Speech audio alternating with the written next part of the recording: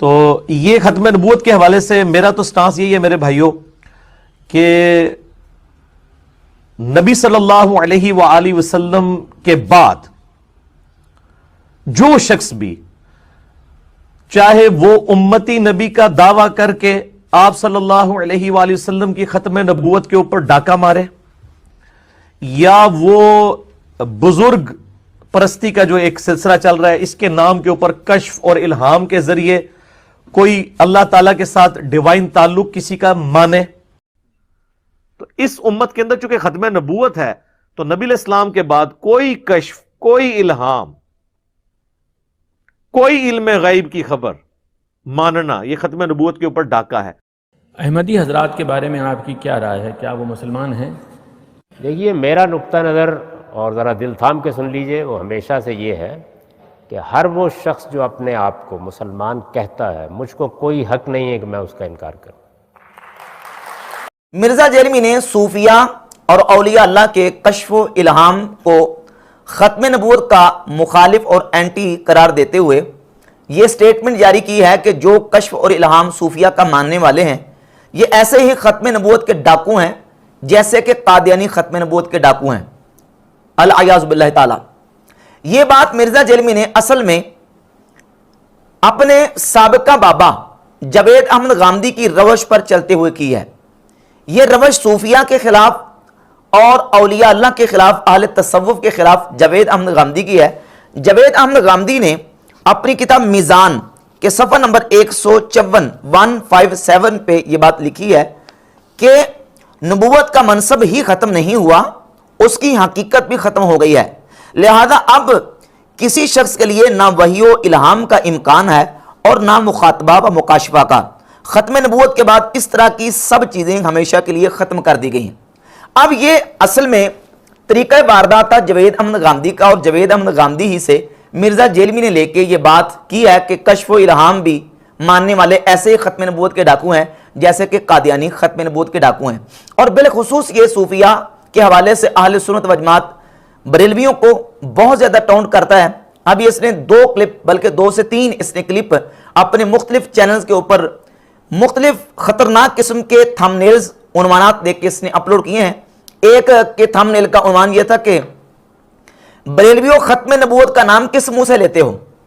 یعنی یہ گویا کہ نعوذ باللہ تعالیٰ لوگوں کو یہ باور کروانے کی کوشش کر رہا ہے کہ بریلوی تو ختم نبوت کا نام ہی نہیں لے سکتے کیونکہ یہ تو خود ختم نبوت کے منکر ہیں۔ ختم نبوت کا آپ کو حق نہیں ہے، سوائے میرے کسی کو حق نہیں، کیونکہ اس پلیٹ فارم سے تو سب کو سچائی کے ساتھ سچ بتایا جاتا ہے۔ یہ تو ختم نبوت کے خود ڈاکو ہیں نعوذ باللہ تعالیٰ۔ اور پھر ایک دوسرا اس نے بیان اس کے چینل دوسرے پہ چڑھا ہے،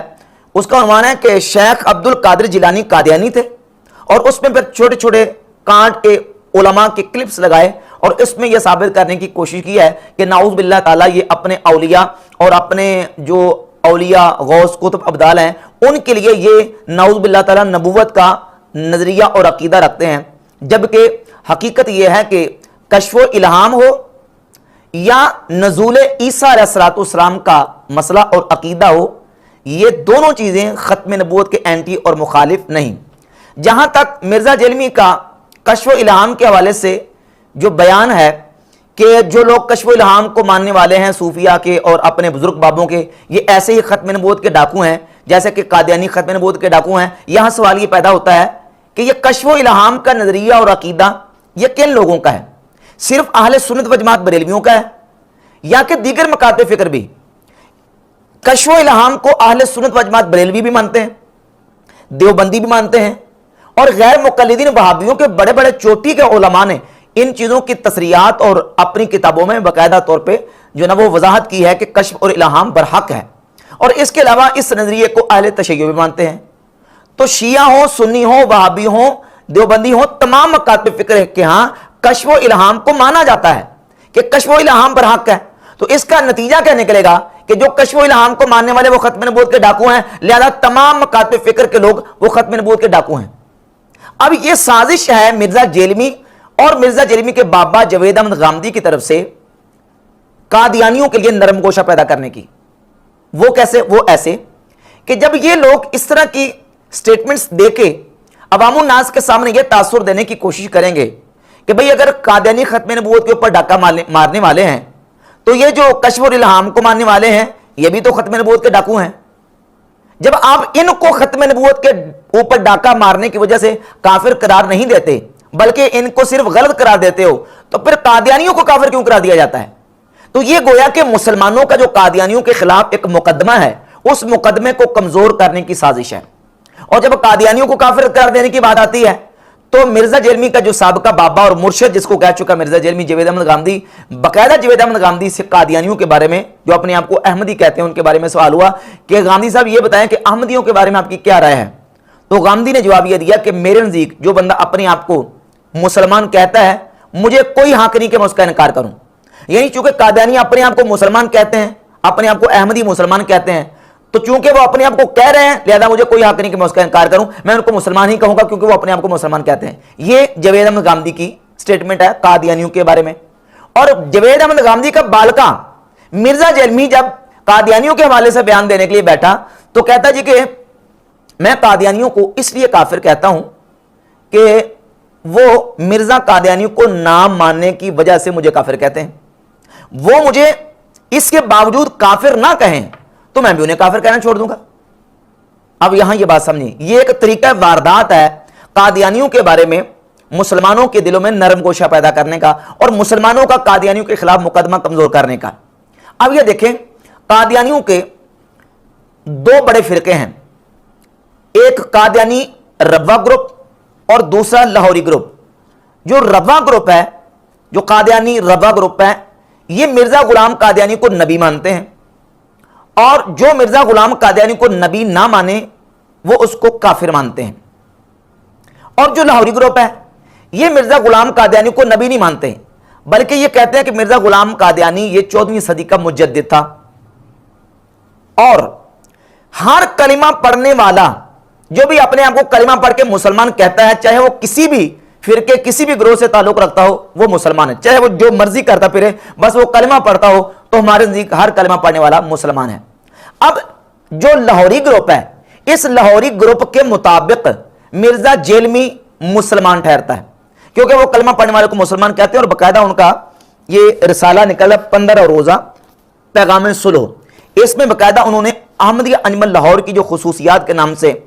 اوپر انہوں نے اپنے کچھ نکات لکھے ہوتے ہیں. ان میں سے پہلا نقطہ ہے کہ حضرت صلی اللہ علیہ وسلم کے بعد کوئی نبی نہیں آئے گا، نہ نیا نہ پرانا. نمبر 2 کوئی کلمہ گو کافر نہیں، جو کلمہ پڑھنے والا وہ کافر نہیں. تو اس بیان کے مطابق مرزا جیلمی تو مسلمان ٹھہرتا ہے. اور جہاں تک بات ہے روا گروپ کی تو وہ بھی آج کل تعبیر کر رہے ہیں، وہ یہ کہتے ہیں کہ جو مرزا غلام قادیانی کو نبی نہیں مانتا وہ اس کو ہم اس معنی میں کافر سمجھتے ہیں کہ جس طرح نماز کو چھوڑنے والا کافر سمجھتے ہیں. جس طرح نماز کو چھوڑنے والا وہ اعلیٰ درجے کا مسلمان نہیں ہے اس طرح مرزا غلام قادیانی کو ان کے بیان کے مطابق وہ کہتے ہیں کہ اس طرح مرزا غلام قادیانی کو نہ ماننے والا وہ بھی اعلیٰ درجے کا مسلمان نہیں ہے اگرچہ وہ مسلمان ہے. تو اب قادیانیوں کے دونوں گروپوں کی ان تفصیلات کے مطابق مرزا قادیانی کو مرزا جیلمی نہ بھی مانے تو تب بھی مرزا جیلمی دونوں گروپوں کے نزدیک مسلمان ٹھہرتا ہے. یہ کہتا ہے وہ مجھے کافر نہ مانے تو میں ان کو کافر نہیں کہوں گا. تو لو وہ تو تمہیں کافر ماننے کے لیے تیار نہیں، وہ تو تمہیں مسلمان مان رہے ہیں. تو اب کیا تم صراحتاً یہ کہو گے؟ یہ صرف اور صرف ایک چال بازی ہے اور ایک دھوکہ دہی ہے لوگوں کی آنکھوں میں مٹی اور دھول جھونکنے کے لیے تاکہ قادیانیوں کے حوالے سے مسلمانوں کے دلوں میں جو ایک جذبات اور جو ایک سخت رویہ منکرین ختم نبوت کے خلاف موجود ہے اس سخت رویے کو نرم کیا جائے اور مسلمانوں کے دلوں میں نرم گوشہ پیدا کیا جائے. اور اب یہ چال مرزا نے اور مرزا جیلمی کے بابا نے چلی ہے کہ کشف و الہام کو ماننے والے بھی ایسے ہی ختم نبوت کے ڈاکو ہیں جیسے کہ قادیانی ختم نبوت کے ڈاکو ہیں. تو سوال یہ پیدا ہوتا ہے کہ جب قادیانی ختم نبوت کے ڈاکو کشف و الہام کو ماننے والے ختم نبوت کے ڈاکو جبکہ کشف و الہام کو تمام مکاتب فکر مانتے ہیں تو یہ تو پوری امت ہی ختم نبوت کے ڈاکو قرار پائے گی. ختم نبوت کو ماننے والا کون ہے؟ صرف مرزا جیلمی اور جاوید احمد غامدی اور ان کے علاوہ باقی سارے ختم نبوت کے منکر ہیں جبکہ کشف الہام کو سارے مانتے ہیں. تو یہ صرف اور صرف ایک چال ہے مرزا جیلمی کی. اس طریقے سے یہ لوگوں کو ورگلاتا اور گمراہ کرتا ہے. جہاں تک میں نے یہ کہا کہ تمام مکاتب فکر اس بات کو مانتے ہیں کہ کشف و الہام برحق ہے، اہل سنت تو مانتے ہیں اور دیوبندیوں نے باقاعدہ اس پر کتابیں لکھی ہیں، اہل تشیع بھی مانتے ہیں. رہ گیا مسئلہ یہاں غیر مقلدین اور وہابیوں کا. تو اس سلسلے میں ایک حوالہ پیش کروں گا ان کے مقتدا اور پیشوا جو ان کے ہاں شیخ الاسلام جانے جاتے ہیں غیر مقلدین وہابیوں کے ہاں ابن تیمیہ. ابن تیمیہ کی کتاب ہے العقیدۃ الواسطیہ، عقیدۃ الواسطیہ کے صفحہ نمبر 161 اور 162 پہ ابن تیمیہ نے اہل سنت و جماعت کے اصول لکھے ہیں. لکھا ومن اصول اہل سنت التصدیق بکرامات الاولیاء، اہل سنت کے اصولوں میں سے یہ اصول ہے کہ وہ اولیاء اللہ کی کرامات کی تصدیق کرتے ہیں. وما یجری اللہ علی ایدیہم من خوارق العادات، اور اللہ رب العزت نے اولیاء اللہ کے ہاتھوں پر جو خوارق عادات چیزیں جاری کی ہیں ان کی تصدیق کرتے ہیں. وہ خوارق عادت کون سی؟ فی انواع العلوم والمکاشفات و انواع القدرت والتاثیرات، مکاشفات، قدرت اور تاثیر کے قبیل سے جتنی کرامات اولیاء اللہ سے صادر ہوتی ہیں ان کی اہل سنت و جماعت تصدیق کرتے ہیں. ابن تیمیہ نے بالکل واضح طور پہ العقیدۃ الواسطیہ میں، اور اس کے علاوہ ابن تیمیہ کی یہ کتاب ہے مجموع الفتاوی، اس کی جلد نمبر 11 التصوف کے باب اور چیپٹر میں پوری تفصیلات کشف اور الہامات کے حوالے سے ابن تیمیہ نے بیان کر کے اس بات کو لکھا ہے کہ کشف اور الہام، مکاشفہ، مخاطبہ یہ برحق ہے. اور بحمد تعالیٰ اس پر صحیح بخاری مسلم سے قرآن مجید کی آیات طیبات سے حوالہ جات موجود ہیں کہ اللہ رب العزت غیر انبیاء کو بھی ایسی شان اور کرامت کے طور پر یہ ان کو شان دیتا ہے کہ ان کے دل میں اللہ رب العزت الہام فرما دیتا ہے، چیزیں ان نیک بندوں پر اللہ رب العزت منکشف فرما دیتا ہے، تو اس کو کشف اور الہام کہا جاتا ہے. جو سابقہ قومیں گزر چکی ہیں ان سابقہ قوموں کہ افراد اور اولیاء اللہ پر بھی اللہ رب العزت نے الہام فرمایا، ان کو کشف کی دولت عطا فرمائی. اور قرآن مجید میں اس کا ذکر موجود ہے، جس طرح کہ میں صرف اختصار کے ساتھ حوالہ جات پیش کر کے آگے چلوں گا. سورۃ القصص کی آیت نمبر 7 میں اللہ رب العزت نے حضرت سیدنا موسیٰ علیہ السلام کی والدہ کی طرف وحی کا ذکر فرمایا. فرمایا اوحینا الی ام موسیٰ، اور ہم نے موسیٰ علیہ السلام کی والدہ کی طرف وحی فرمائی. سورۃ المائدہ آیت نمبر 111 اللہ رب العزت فرماتا ہے اور میں نے حواریوں کی طرف وحی فرمائی. سورۃ النحل کی آیت نمبر 68 میں اللہ رب العزت نے جو ہے وہ شہد کی مکھی کی طرف وحی کا ذکر فرمایا. سورہ آل عمران کی آیت نمبر 42 میں فرشتے حضرت مریم رضی اللہ تعالی عنہ کے پاس آئے، اس کا تذکرہ موجود ہے. سورہ ہود کی آیت نمبر 71، 72 اور 73 میں فرشتوں کا جناب ابراہیم علیہ السلام کی زوجہ کے پاس آنا اور ان کو خوشخبری دینا یہ ثابت ہے. اب سوال یہ پیدا ہوتا ہے کہ ام موسیٰ کو وحی کی گئی، حضرت مریم کے پاس فرشتے آئے اور عیسیٰ علیہ السلام کے حواریوں کو وحی کی گئی، کیا یہ وحی نبوت تھی؟ سوال یہ ہے کیا یہ وحی نبوت تھی؟ اگر یہ وحی نبوت تھی تو وہ سارے نبی ہونے چاہیے. اگر وہ سارے نبی نہیں، موسیٰ علیہ السلام کی والدہ نبیہ نہیں، حضرت مریم نبیہ نہیں، عیسیٰ علیہ السلام کے حواری نبی نہیں، تو اس کا مطلب یہ ہے کہ جو تذکرہ قرآن مجید میں وحی کا کیا گیا وہ وحی نبوت نہیں تھی، بلکہ وہ الہام تھا جو اللہ رب العزت کی طرف سے ان لوگوں کے لیے اللہ نے ان کے دلوں میں باتیں ڈال دی، اللہ نے ان پر الہام فرمایا. وہ وحی نبوت نہیں تھا. اگر وہ وحی نبوت ہوتا تو سارے وہ نبی ہوتے. جب وہ وحی نبوت نہیں تو اس کا مطلب یہ ہے کہ وہ پھر نبوت جب نہیں ہے تو وہ ختم نبوت کے مخالف بھی نہیں ہوگا. بھئی اگر وہ نبوت نہیں ہے، ختم نبوت کا مطلب یہ ہے کہ نبی پاک صلی اللہ علیہ وآلہ وسلم کی ذات اقدس کے بعد کوئی نیا نبی پیدا نہیں ہو سکتا، حضور کے بعد کوئی نبی پیدا نہیں ہو سکتا. یہ ہے ختم نبوت کا مطلب کہ حضور آخری نبی ہیں. اگر نبی پاک صلی اللہ علیہ وسلم کی ذات اقدس کے بعد کسی ولی کو اللہ رب العزت الہام فرماتا ہے یا مکاشفہ، مخاطبہ عطا فرماتا ہے، تو سوال یہ ہے کہ کیا وہ مخاطبہ اور مکاشفہ جو ہے وہ وحی نبوت اور نبوت ہے؟ اگر وہ وحی نبوت نہیں، وہ نبوت نہیں، تو وہ ختم نبوت کے نافی کیسے ہو گیا؟ ختم نبوت کے اینٹی اور مخالف تو وہ چیز ہو جو نبوت ہو. یعنی ختم نبوت کا مطلب یہ ہے کہ نبی پاک علیہ السلام کے بعد کوئی نبی پیدا نہیں ہوگا. ایک بندہ اٹھ کے کہتا ہے کہ مجھ پر وحی نبوت آتی ہے تو وہ ختم نبوت کے منافی ہے، کیونکہ وہ وحی نبوت کا قائل ہے. ٹھیک ہے، یہاں کوئی ایسی بات ہے جو نبوت قرار پاتی ہے، اگر وہ حضور علیہ السلام کی ختم نبوت کے خلاف جا رہی ہے اور نبی پاک علیہ السلام کی ذات اقدس کے دنیا میں آنے کے بعد کسی نے یہ دعویٰ کیا ہے نبوت والا، تو وہ ختم نبوت کے منافی ہے اور اس کا ہم رد کریں گے، اس کو ختم نبوت کے اینٹی قرار دیں گے. لیکن کشف اور الہام ختم نبوت کے منافی نہیں ہے. اب دیکھیں ذرا یہاں کہ ایک طرف مرزا جیلمی کیا کرتا ہے کہ کشف اور الہام کو ختم نبوت کے مخالف قرار دیتا ہے، اور دوسری طرف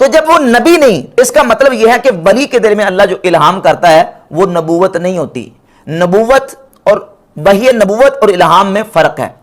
وحی نبوت قطعی ہے اور الہام یہ ظنی ہے.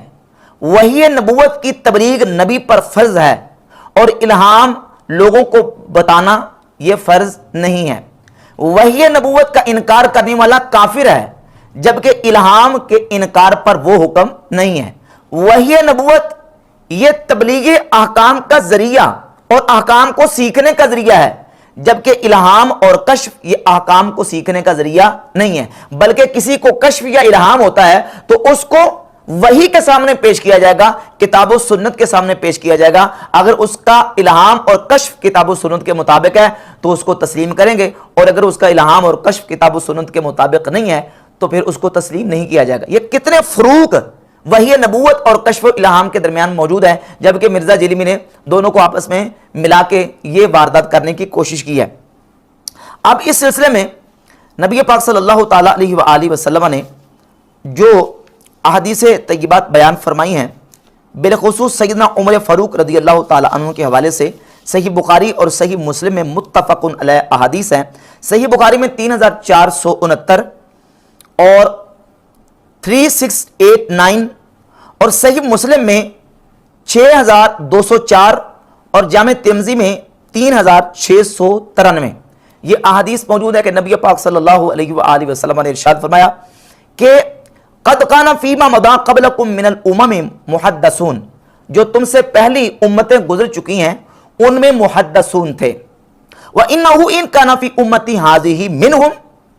پس بے شک اگر ان میں سے میری اس امت میں کوئی ہے، فَإِنَّهُ عمر بن الخطاب، تو وہ عمر بن خطاب رضی اللہ تعالی عنہ ہیں. اور 3689 حدیث میں الفاظ یہ ہیں، لَقَدْ كَانَ فِي مَنْ كَانَ قَبْلَكُم مِّن بَنِي إِسرائِيل، تم سے پہلے جو بنی اسرائیل کے لوگ تھے، بنی اسرائیل والے تھے، ان میں ایسے رجال تھے، رجال یکلمون من غیر ان یکونوا انبیاء، ان میں ایسے رجال اور ایسے افراد تھے، وہ نبی نہیں تھے لیکن نبی نہ ہونے کے باوجود ان کے ساتھ فرشتے کلام کرتے تھے. فَإِن یَکُن مِّن أُمَّتِي مِنْهُمْ أَحَدٌ فَعُمَرٌ، تو ان میں سے جو بنی اسرائیل کے افراد تھے جن کے ساتھ فرشتے کلام کرتے تھے، جو صاحب الہام تھے، محدثون تھے، ملہمون تھے، جن کو الہام کیا جاتا تھا، ان میں سے اگر میری امت میں کوئی ہے فَإِنَّهُ فَعُمَرٌ، تو فرمایا کہ وہ عمر بن خطاب رضی اللہ تعالی عنہ ہیں. اور صحیح مسلم کی 6204 نمبر حدیث میں الفاظ ہیں، قد کان یکون فی الامم قبلکم محدثون، تم سے پہلے امتوں میں محدثون تھے. فَإِن یکن فی امتی منہم احد فَإِنَّ عمر بن الخطاب منہم، ان میں سے اگر اس امت میں کوئی شخص ہے تو وہ عمر ابن خطاب رضی اللہ تعالی عنہ ہیں. اب یہ احادیث طیبات صحیح احادیث، صحیح بخاری، صحیح مسلم اور دیگر کتب احادیث میں کئی مقامات پہ یہ حدیث موجود ہے. اور اس حدیث کو جب محدثین نے اس کی شرح کی، اس کی تشریح کی، تو تشریح کرتے ہوئے اس حدیث کو کرامت کی اصل اور کرامت کی دلیل کے طور پر بیان کیا اور اس سے ثابت کیا کہ یہ حدیث جو ہے وہ سیدنا فاروق اعظم رضی اللہ تعالی عنہ کے مناقب میں سے ہے، جس سے حضرت عمر فاروق رضی اللہ تعالی عنہ کا اس امت کا محدث ہونا اور اس امت کا صاحب الہام ہونا ثابت ہوتا ہے. یہ پہلا والا سن لیں. امام بدر الدین عینی کی کتاب عمدۃ القاری شرح صحیح البخاری جلد نمبر 16 صفحہ نمبر 86 پر امام عینی لکھتے ہیں، وفیہ کرامت الاولیاء وانہا لا تنقطع الی یوم القیامہ، کہتے ہیں اس حدیث میں اولیاء کی کرامت کا بیان ہے، وانہا لا تنقطع الی یوم القیامہ، اور یہ کرامات قیامت تک ختم ہونے والی نہیں ہیں، قیامت تک جاری و ساری رہیں گی. امام ابن حجر عسقلانی فتح الباری شرح صحیح البخاری جلد نمبر 6 صفحہ نمبر 640 پر لکھتے ہیں، وَوَقَعَ مِنْ ذَلِكَ لِغَيْرِهِ مَا لَا يُحْصَى ذِكْرُهُ، کہ یہ کرامات اور یہ جو الہام ہے اتنے لوگوں سے واقع ہوا ہے کہ جن کا ذکر شمار میں نہیں لایا جا سکتا، ان کو گنا نہیں جا سکتا. ابن تیمیہ اپنے مجموع الفتاوی کی جلد نمبر 11 صفحہ نمبر 65 پر سیدنا عمر فاروق رضی اللہ تعالی عنہ کے ملہم اور محدث امت ہونے کا ذکر کرتے ہوئے لکھتے ہیں، فَإِنَّ سَيِّدَ الْمُحَدَّثِينَ وَالْمُخَاطَبِينَ الْمُلْهَمِينَ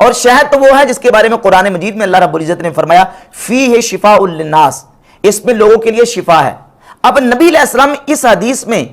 شہد سے شفا کی نفی نہیں کر رہے، بلکہ حضور اسمات کر رہے ہیں، اور اسمات بھی اس انداز سے فرما رہے ہیں کہ فرمایا کہ ان یکن فی شیء من ادویاتکم خیر، اگر تمہاری دواؤں میں کوئی خیر اور بلائی ہے، ففی شرطت محجم، تو پچنا لگوانے میں، اور شربت اصلن، یا فرمایا کہ شہد کے شربت میں یا آگ کے ساتھ داغنے میں، اس میں خیر ہے۔ یہ بہترین طریقہ علاج ہے، جس طرح عربی میں کہا جاتا ہے کہ ان کان لی صدیق فانہ خالد، بھئی اگر میرا کوئی دوست ہے تو وہ خالد ہے۔ یہاں خالد سے دوستی کی نفی نہیں ہو رہی، یا نفی کرنا مقصود نہیں ہے، بلکہ یہ بتانا مقصود ہے کہ میرے دوستوں میں سے سب سے بہترین دوست اگر کوئی ہے تو وہ کون ہے؟ خالد ہے۔ نبی پاک صلی اللہ علیہ وآلہ وسلم نے جو حضرت عمر فاروق رضی اللہ تعالی عنہ کی منقبت بیان کی ہے، وہ نعوذ باللہ ان سے محدث اور ملہم ہونے کی نفی نہیں ہے کہ ان کے اندر یہ کوالٹی موجود نہیں ہے، ان کے اندر یہ صلاحیت موجود نہیں ہے، بلکہ فرمایا کہ جس طرح سابقہ امتوں کے اندر جو اولیاء اور نیک افراد ہوتے تھے وہ نبی نہیں ہوتے تھے، لیکن نبی نہ ہونے کے باوجود وہ صاحب الہام تھے، ان کے ساتھ فرشتے کلام کرتے تھے، فرشتے ان کے ساتھ باتیں کرتے تھے، ان کو اللہ رب العزت الہام فرماتا تھا۔ ان میں سے اگر میری امت میں کوئی ہے تو وہ کون ہے؟ عمر ابن خطاب رضی اللہ تعالی عنہ ہیں۔ اور پھر اس صاحب الہام فاروق اعظم رضی اللہ تعالی عنہ کے جو الہامات ہیں وہ تو باقاعدہ حدیث کی کتابوں میں موجود ہیں۔ صحیح مسلم میں 6206 نمبر حدیث ہے، سیدنا عمر فاروق رضی اللہ تعالی عنہ فرماتے ہیں وافقت ربی فی ثلاثن، میں نے 3 چیزوں میں اپنے رب عز و جل کی موافقت کی ہے،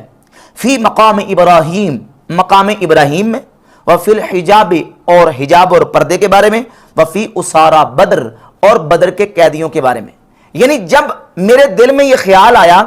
تو جو دل میں میرے اللہ رب العزت نے بات ڈالی تھی، اللہ رب العزت نے پھر ان کو قرآن مجید میں حکم بنا کے نازل فرما دیا۔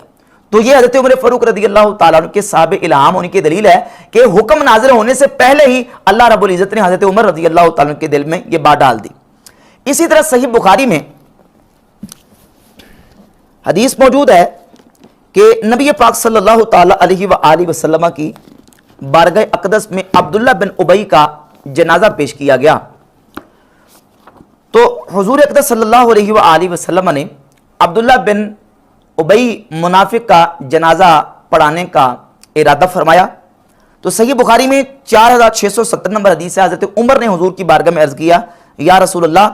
اتصلی علیہ وقد نہاک ربک ان تصلی علیہ، حضور آپ اس کا جنازہ پڑھنے لگے ہیں جس کا جنازہ پڑھنے سے آپ کے رب نے آپ کو منع کیا ہے، آپ اس کا جنازہ پڑھنے لگے ہیں۔ تو نبی پاک صلی اللہ تعالیٰ علیہ وآلہ وسلم کی بارگاہ اقدس میں جب حضرت عمر نے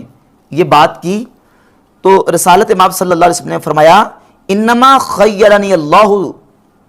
اللہ رب العزت نے مجھے اختیار دیا ہے۔ فقال، آپ نے فرمایا کہ اللہ رب العزت نے مجھے اختیار دیا ہے کہ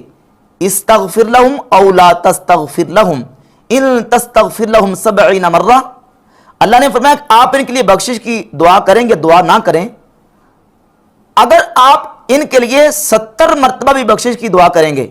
حضور نے فرمایا وسا ازیدہ علی 70، میں اس کے لیے 70 سے زیادہ مرتبہ بخشش کی دعا کروں گا۔ اب نبی پاک صلی اللہ علیہ وآلہ وسلم کی بارگاہ اقدس میں حضرت عمر نے یہ جو کہا کہ یا رسول اللہ آپ اس کے لیے دعا کر رہے ہیں جس کے لیے دعا کرنے سے اللہ نے آپ کو منع کیا ہے، یہ جو جملہ ہے یہ حضرت عمر نے کیوں بولا؟ ابھی تو اللہ تعالیٰ نے حضور کو منع کیا ہی نہیں تھا۔ تو امام ابن حجر اسقلانی فتح الباری شرح صحیح بخاری کی جلد 8 صفحہ 426 پر 4670 نمبر حدیث کے تحت لکھتے ہیں کہ اس حدیث کے ان الفاظ کے بارے میں محدثین کو بڑا اشکال ہوا، مشکل میں پڑ گئے۔ فقال ھذا وہم من بعض رواته، بعض محدثین نے تو یہ کہا کہ یہ الفاظ صحیح بخاری کے اندر 4670 نمبر حدیث کے اندر یہ کسی راوی کا وہم ہے۔ اور قال القرطبی، امام قرطبی نے کہا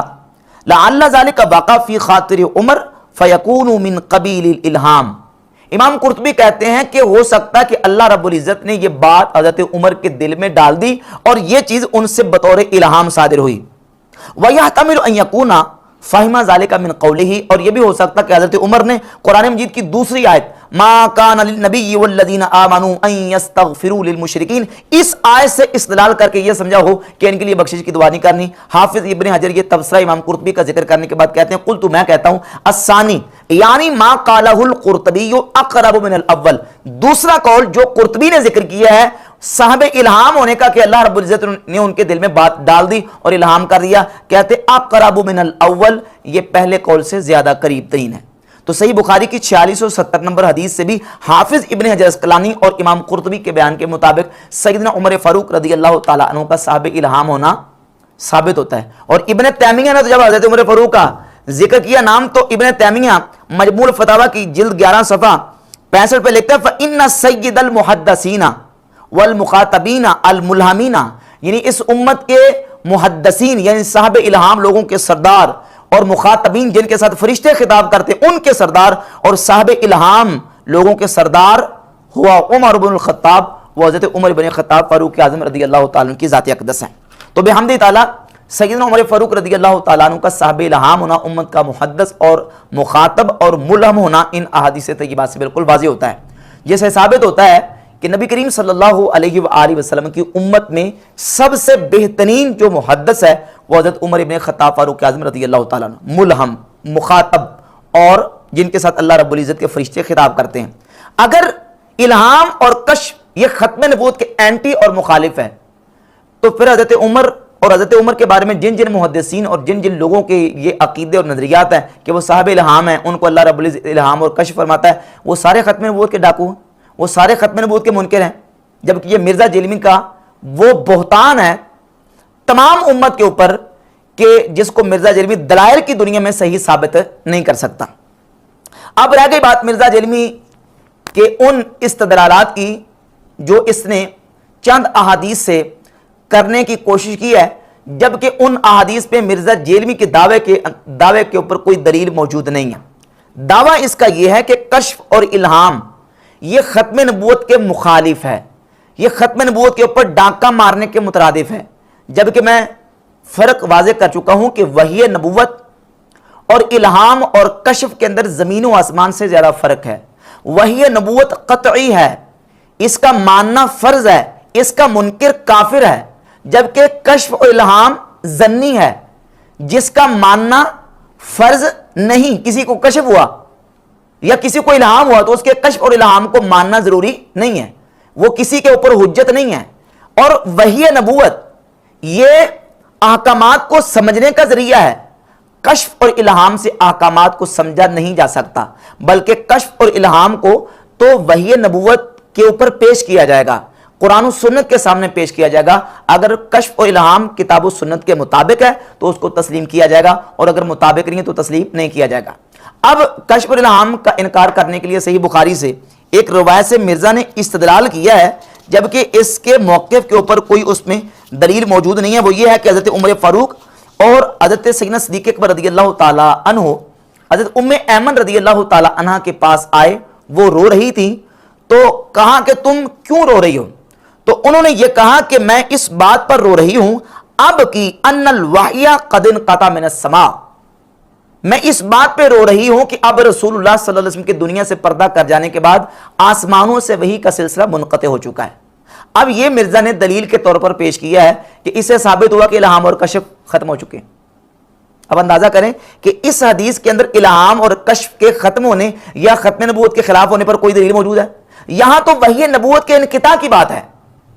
کہ وحی نبوت منقطع ہو چکی ہے، اب رسول اللہ صلی اللہ علیہ وآلہ وسلم کے بعد کسی پر وحی نبوت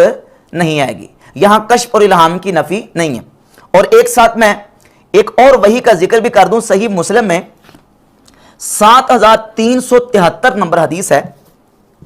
کہ سیدنا عیسیٰ علیہ السلام جب دنیا میں دوبارہ قرب قیامت تشریف لائیں گے تو ان پر بھی وحی آئے گی۔ اب مرزا جیلمی سے میرا سوال ہے، بلکہ مرزا کو چیلنج ہے کہ مرزا اس کا جواب دے کہ یہ جو عیسیٰ علیہ السلام پہ وحی نازل ہوگی، صحیح مسلم کی